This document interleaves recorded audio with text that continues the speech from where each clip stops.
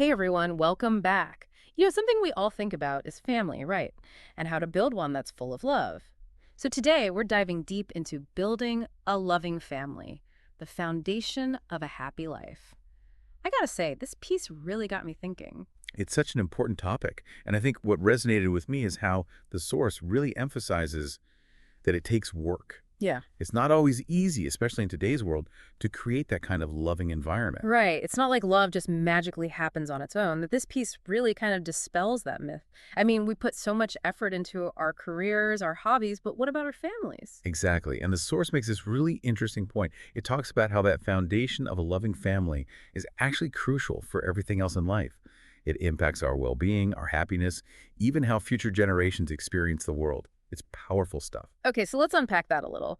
The source really zeroes in on this idea of intentional effort, which I found really interesting. It's like they're saying, look, you can't just expect a loving family to just happen. You've got to put in the work. Yeah. It's like a garden, right? You can't just throw some seeds down and expect them to flourish without tending to them.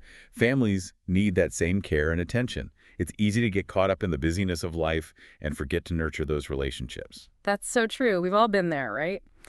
So, how does the source suggest we approach this whole intentional love thing? It almost feels counterintuitive. Like, shouldn't love just be natural and spontaneous? You'd think so.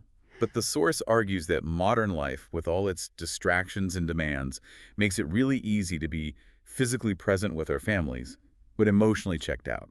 And that's where intentional love comes in.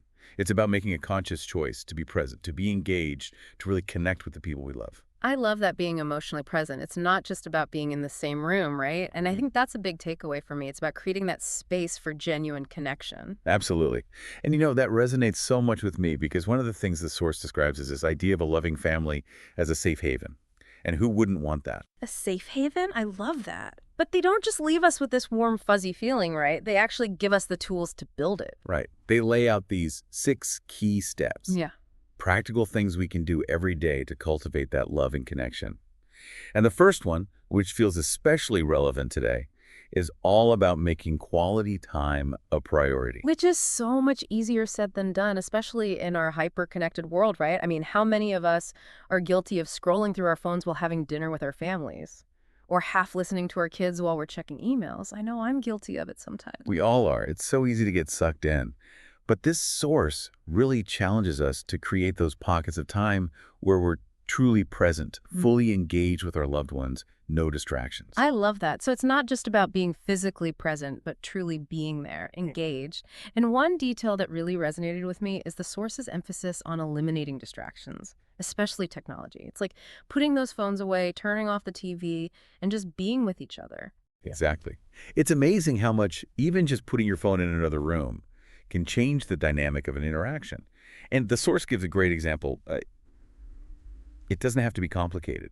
Even something as simple as a tech-free dinner together, or, like they suggest, dedicating one night a week to a family board game night, no phones allowed. Okay, now that's something I can get behind. So this is what I love about this piece. It's not about some grand gestures. It's about those small, doable changes that can make a big difference. So making time for each other is crucial, but it's also about how we communicate in that time, right?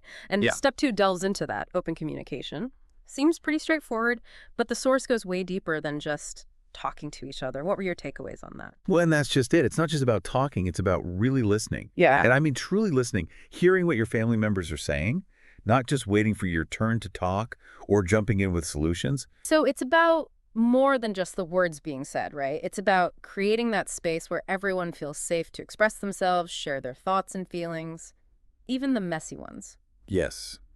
And that can be really hard, especially when you don't agree with what's being said. But the source emphasizes the importance of validating those feelings, even if they're difficult. And that resonated with me because, we all want to feel heard and understood. That reminds me of a time when I completely failed to listen to my partner. It happens. We've all been there. Sometimes we get so caught up in our own heads that we forget to really tune in to what the other person is saying. It's so true. And, the source actually talks about that, about how our own baggage and experiences can make it hard to truly empathize with someone else, even someone we love. Absolutely. We all see the world through our own unique lenses, right? And this source really emphasizes the importance of recognizing that, of trying to step outside our own perspectives and really understand where the other person is coming from, even if we don't agree with them. Which is so much easier said than done, especially in families. We're talking about people who know how to push each other's buttons best than anyone else. But the source doesn't shy away from that. Not at all. In Oh. fact, it actually acknowledges that conflict is normal, even healthy in relationships. The key, they argue, is how we handle that conflict. And that's where empathy becomes so important. Yes. And I love how the source frames it. It's not about avoiding disagreements altogether. It's about learning to navigate them constructively. Exactly. It's about seeking to understand before being understood. And that requires empathy, putting yourself in the other person's shoes, trying to see the situation from their perspective, even if it's difficult. I love that imagery of stepping into someone else's shoes. It's such a powerful reminder that we all experience the world in different ways. What might seem like a minor issue to me could be a huge deal to someone else, and vice versa. But recognizing those differences is so important for building healthy relationships. And the source also talks about the importance of resolving conflicts calmly, which again, easier said than done sometimes. But it's a good reminder that it's not about winning the argument, it's about finding a resolution that works for everyone involved. Exactly. It's about focusing on the relationship, not on being right. Yeah. And as we're talking about these steps to building a loving family, I think it's important to remember that it's not about being perfect. None of us are. It's about the effort, the intentionality behind our actions. Yes. It's those small, consistent actions that really add up over time, right? And the source talks about that too, about showing love in small ways every single day. Absolutely. It's not about grand gestures or expensive gifts. It's about those little everyday acts of kindness that show your loved ones you care. Like making someone's favorite meal, leaving a note of encouragement, or simply taking the time to really listen when they're talking to you. Oh, I love that. It reminds me of this line from the source they were saying. Sometimes it's the simplest things, like a hug, a note, or even just remembering to say thank you that can mean the world to someone. And it's so true, right? We can get so caught up in the busyness of life that we forget about those little gestures of love and appreciation. Absolutely.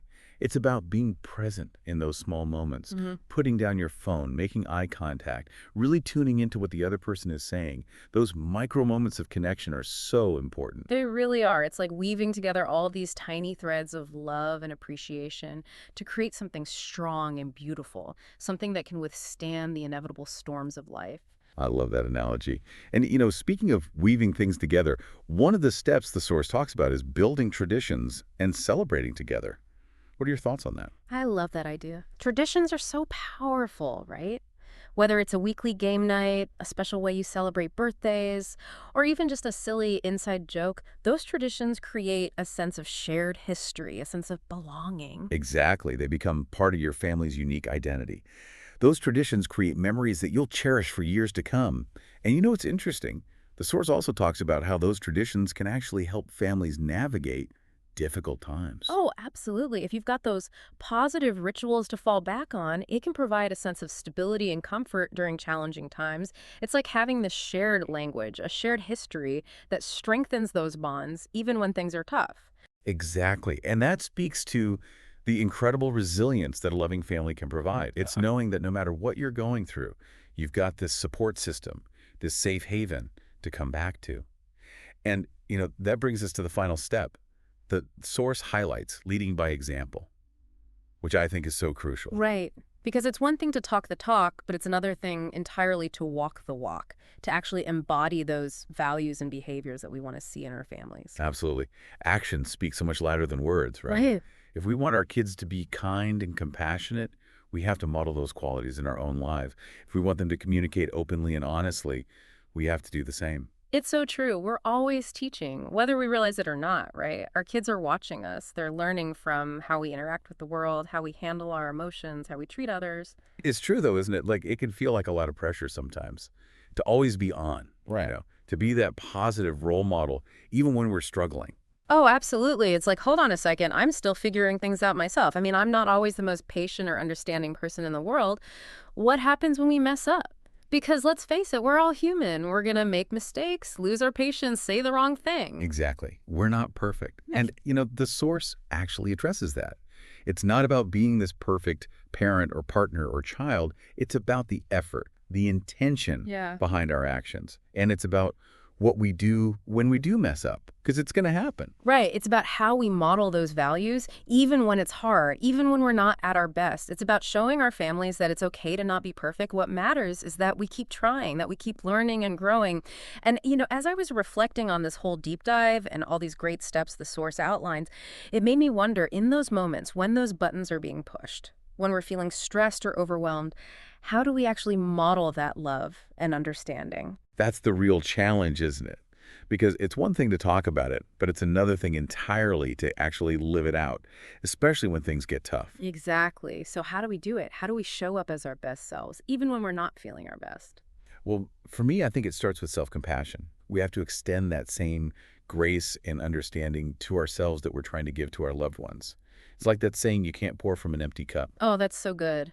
Self-compassion as a foundation for building a more loving family. Because if we're constantly beating ourselves up for every mistake, how can we possibly be present and supportive for the people we love? Exactly. We have to be kind to ourselves, forgive ourselves when we mess up, and then try to do better next time.